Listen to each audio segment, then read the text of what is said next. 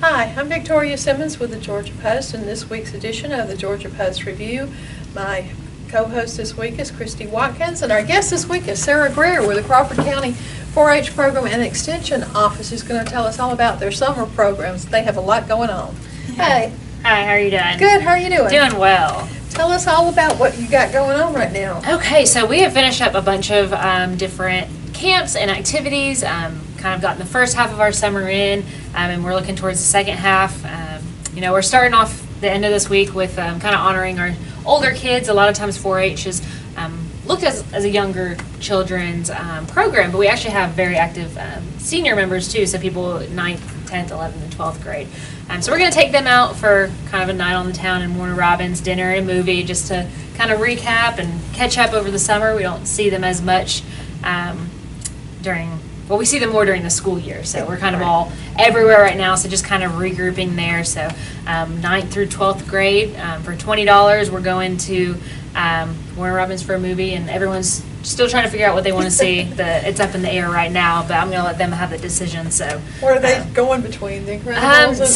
Incredibles 2 was their first pick right away. When I mentioned a movie, that was it. But then I had just left the office, and they were discussing some other options as well. So we'll have to be on the edge of our seats for that one. And then we're kind of going to switch back gears to the younger kids. So next week we're doing some companion animal field trips, going to tour a humane society and their vet clinic that's right there. Just kind of learn about how to care for companion animals, how to take care of them, spay, neuter, the importance of that, while also getting to volunteer and see what's going on in a humane society working. Where are you going?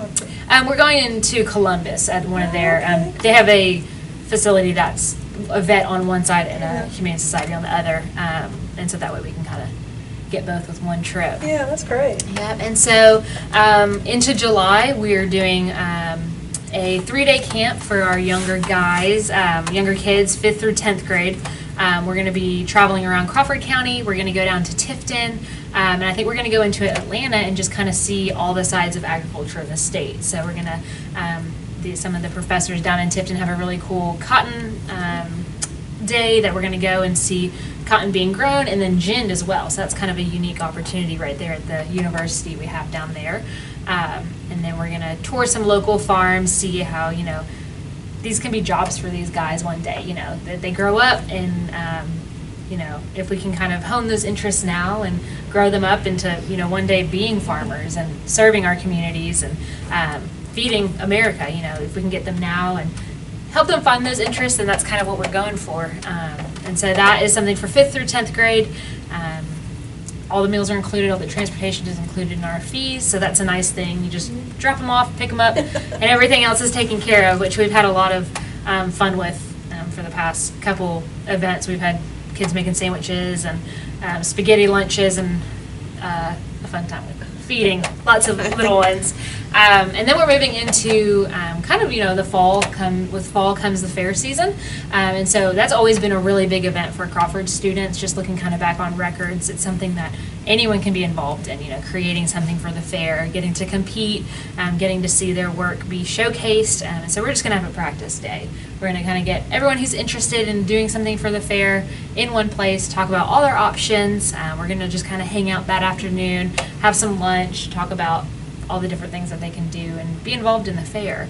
I don't know, I enjoy going to the fair just to go to the 4-H building to look at all the exhibits and, because these kids, they have creative minds. Mm-hmm. Yeah, so. And giving them an outlet is always fun. We did a sewing camp recently, and they kind of gave themselves some free time, and I had my curriculum planned and all this stuff, and when they got to go, they went, and the things that they came up with and created were so much cooler than probably what I could come up with, but just giving them that outlet is really cool, and letting them be kids, and so they can we'll bring everything down to the fair when the time comes, and they can go visit it, and we're able to, through the county office, we can track who places what. And I know some kids last year are ready to retry. They had this placing and they want to get this placing, so we're going to work hard with them to make sure that they complete what they want to complete. And also another competition type thing we're doing is our DPA workshop. So the DPA, District Project Achievement, is something that goes on every year, all year long. People create projects. They focus on a project area, and then all year long they do stuff that falls under that, and then they create a portfolio, so something to be judged, and they compete against people all over the state. And so we're just going to kind of, June, July is the halfway mark of the year, so just kind of see where they're at in their project, how we can help them, and kind of look forward towards December when those are being turned in. We have time to create a game plan to get what they want out of their portfolios and other projects, and so that's going to happen in July as well. And then our last, it's crazy to think we're, Almost progressing. in I August. know it, yeah. And then so in August, we just have one last thing before school. We're going to go to the Go Fish Center and hang out there for the morning, have lunch, and kind of see what all they have going on there.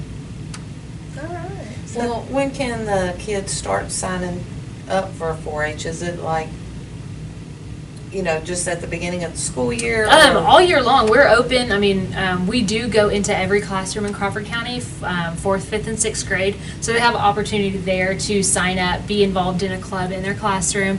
And then we have the outdoors, outside of school things like the summer programs.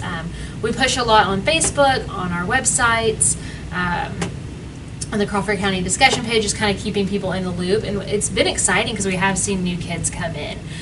With this, we've had the sewing camp, we've had MG Sprouts, we've had a couple little day tours, and we're seeing new kids that are just, kind of taking that leap of faith, like getting involved in something new. Right. It can be scary. And so, we're always available. We always have things going on. So just coming to the office and chatting with me or our secretary, and just, kind of seeing what's going on and what they can be involved in next. There's not a formal application. It's just, show up and sign up and enjoy yourself. So, yeah. So we focus mostly on 4th through 12th grade, and we do have some programming for pre-clubbers, we call them, the kindergarten, 1st, 2nd, 3rd grade. Yep. Well, good. A DPA, for that project, don't they have to have like some kind of presentation and tell about that project? Yes. So in March, so they'll turn in their whole from January to December. They'll turn in that portfolio in December, and then come March, they will actually compete against everyone in their district. So we go to Rock Eagle for 2 days. They get to compete. They get to do a demonstration about something that they care about. So we have a student who. Her project area is health, but she does her demonstration over caring for diabetes. And so it doesn't have to be just a very broad thing. It's just a demonstration, something you care about, something that's important to you. And they talk for 12 minutes. And they do a demonstration with posters and kind of interactive things. And it's really cool to see kids from all over the area come and talk about what they love. So it's a really cool opportunity for them. Yeah, does somebody work with them, like one-on-one, to help them with some of this? Yeah, and a lot of the work they do themselves. You'd be so surprised at what they think of that they can do and initiate. The 4-H office and 4-H staff is there to assist them and, kind of guide them in what they want to do, but it's really up to them, and that's really the cool thing about it. They get a lot of independence and freedom, and, you fall in love with a subject area if you're given freedom to do it. We're not forcing them to, choose this area, or they kind of come to us with their ideas, and we see how we can facilitate it to make it a project. So, yeah, we're there to help, and, we have, there are events that will, like their DPA practice day, but if they want to come in the office on, any afternoon that I'm there, they're more than welcome to as well. So.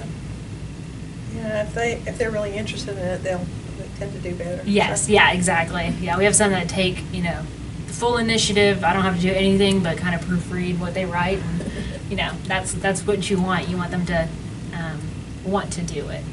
We see a lot of that, thankfully. How many people do they compete against? I think at the last district competition, there were about, I think it was like 800 students, and then there's the staff that goes along too. But yeah, we break them into project areas. They compete against each other, demonstrate against each other.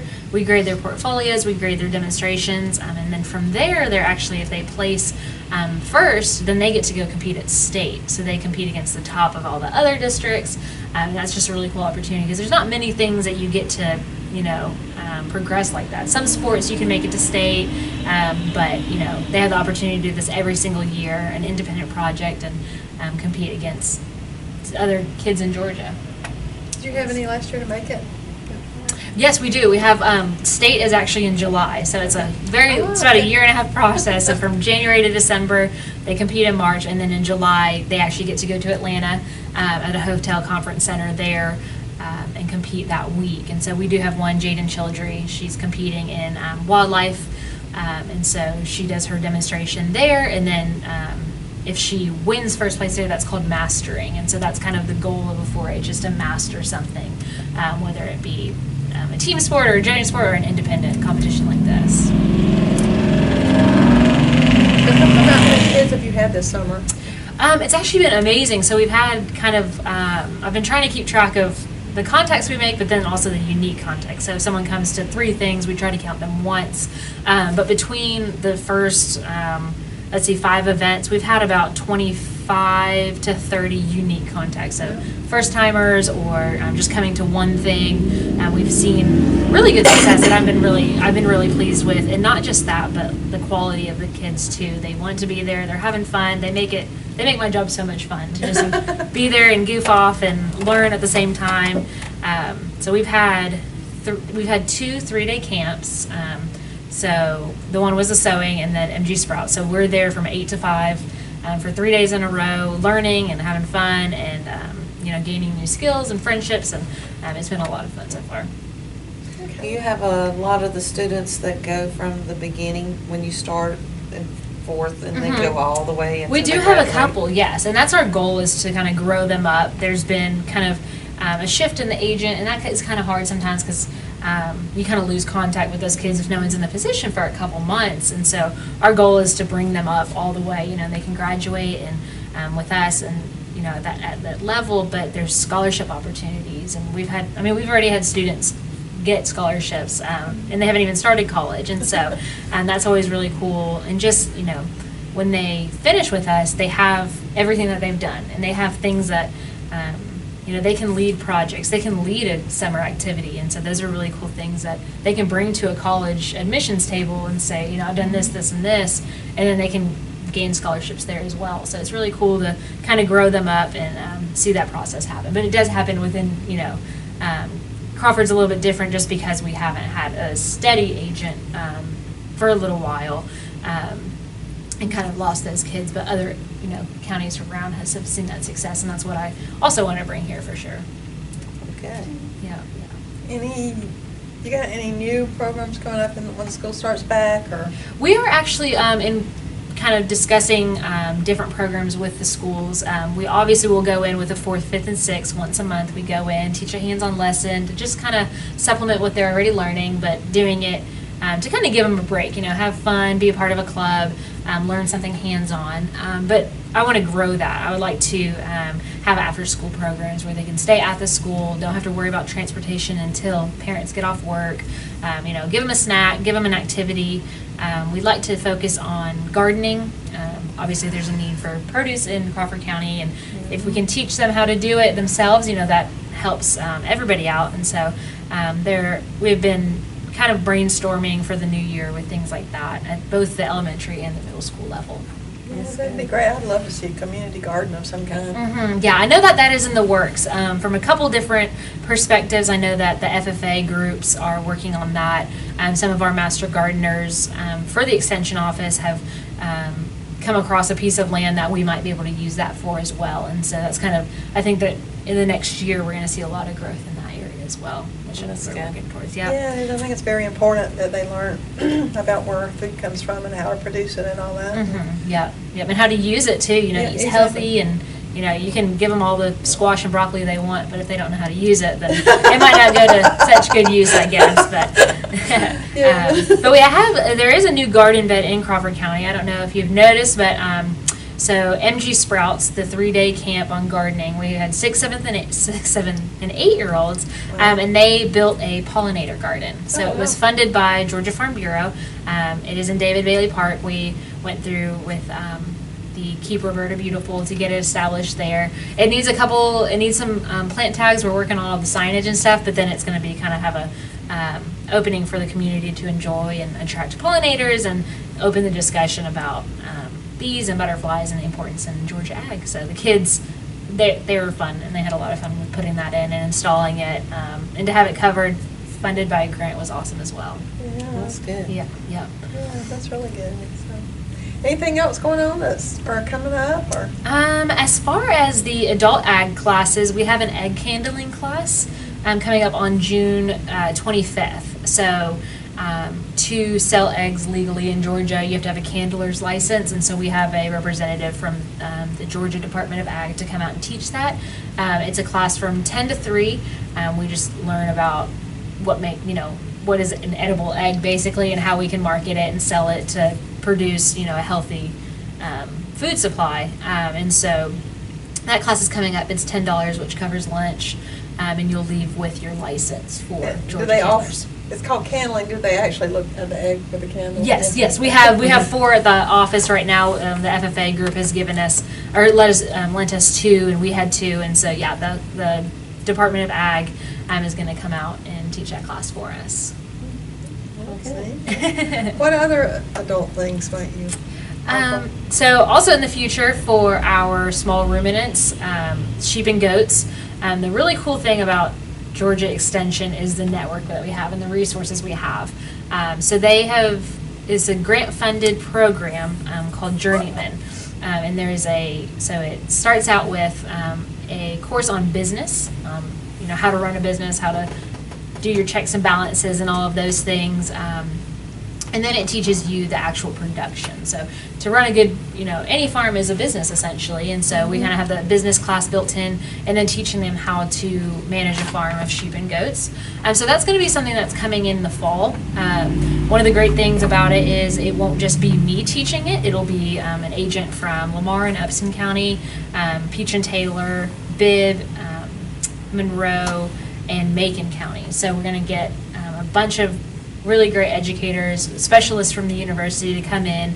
That's still in the works, but it's scheduled for the fall, October, November, and December. So for anyone with sheep and goat that want to kind of expand that business or even just learn a little bit, you don't have to have sheep and goats right now. It might be just an interest. It's going to be about a 6 to 8 week course, once a week for a couple hours. And it's a really great curriculum, and there's been a lot of success across the state, but we're just trying to bring it to this side of the state, and so we're hoping to host it here in Crawford. So that's really exciting. Just as we progress through the year, that's going to be a main project area for me. Do we have a lot of sheep here in Crawford? The thing about sheep and goats here in Georgia, and mostly the southeast, is there's a bunch of small herds. So somebody might have 10 here, somebody might have 10 here, but they don't talk, and that's the issue. And so cattlemen, they have associations, they have sales. Sheep and goat people have not progressed to that level, and we're kind of hoping that this creates more of a market. You'd be surprised at how many people eat goat, but it's not sold in grocery stores. It's kind of private sales, or they raise it themselves. And so just kind of creating an education base, with these producers in the area and, all across middle Georgia is kind of the base for this class. Just kind of getting them talking, getting them in contact with the specialists that we have at the university in Fort Valley. Is just going to hopefully create more of a market for it. There is the demand. It's just we don't have much of the supply yet. And so if we can educate them, teach them how to run a business, teach them how to run the goats and sheep, then we're hoping that creates kind of a different market. But yeah. So there's a lot of small producers. You drive down the road and you'll find a couple of them if you look. Yeah, people who just have a couple. Yeah. But kind of getting them talking and discussing and say, if we can market together, we can get a better price. And, that's what the cattlemen do. And if we can just, work at getting the sheep and goat people there too, then I think it'd be really more lucrative and kind of get them going. That's kind of our goal. That's what my background is, and that's kind of how I see it as far as, if we can just get, there's the demand is there. If we can just market it right, then we can do a good job, I think. So that's the goal of me and a lot of agents around this area right now. Wow, that's really neat. Yeah, that's impressive. Anything else that you can tell us that? Anything that's going on the extension side? I mean, anything that with the testing or anything that y'all do? Yeah, definitely. So we have testing options for wells and ponds. I've recently gone through a training for well water testing and quality, led by a specialist from UGA, and so I feel a lot more confident in taking those samples and being able to analyze those samples now. Of course, soil samples, we're nearing the end. Well, we got a couple months of production left, but then right off the bat, you got to begin preparing for the next year. And so, our water sources, our soil sources, just kind of testing those and making sure that they're ready to go for the next year, because I know we're enjoying our fresh produce now, but we're going to have to start thinking about, next year soon. And so, obviously, Extension is there for all those resources.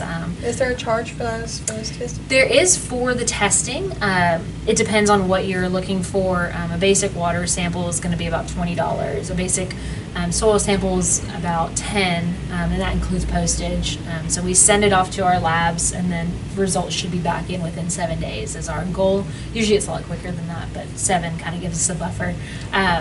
But we can also do in-office testing, such as, if you have a certain pest that's bothering a fruit tree on your property, you can bring it in, we can figure it out what it is, what it's attracted to, how to get rid of it. So we can do pest ID, we can do weed ID, so if there's some sort of weed growing in your garden that you want to get rid of, we can do that as well. So ID it and make recommendations on kind of how to get it out of there and increase production in your gardens or whatnot. My worst pest right now is a mosquito with all the rain we've had. Oh, I know it. This rain has been crazy. That and then the gnats have already started.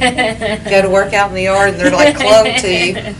My garden didn't do as well this year because of all the rain. I know it. Yeah, it's like you pray for rain and then you get it and then it's like, okay, that's enough. But it's interesting to see every year there's a new challenge and how can we combat that, as agricultural producers, and then the extension office, we're getting information from the university, people who live in the field, and study and research, and they're sending us information. We got a lot of late planting in, so we're kind of making decisions on what to do there, as far as, everything production-wise and cost-wise. A lot of late planting, a lot of replanting, so people planted, got washed out, and they're replanting, what do we replant? Do we replant? Can we afford it? And so a lot of those things are coming down from the university and the state.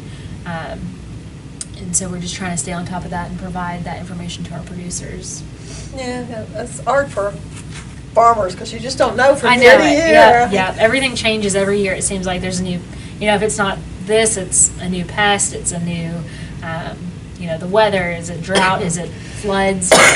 Or a new law that comes along, you gotta do something different. Right, new tariffs, we're dealing with that as well, just kind of trying to figure out what's going to trickle down to us, what's going to affect our producers. Here even the county with pecans, are the tariffs that are going into place going to affect those guys? What do we do to mitigate that? That information's coming down to new tax laws. There's a whole lot, affecting our producers, and if we can be here to provide that information, I might not know everything, but I know I don't know everything, but I can find somebody who does. We've got a good network of researchers and professors, people a lot smarter than me, that can figure out the answer, and I can get it back to you. All right, great. So if you don't know it, you'll find out. Exactly. Right, yeah, that's the goal. Yeah, make some phone calls and figure it out. Okay. All right. Well, anything else you want to add for me?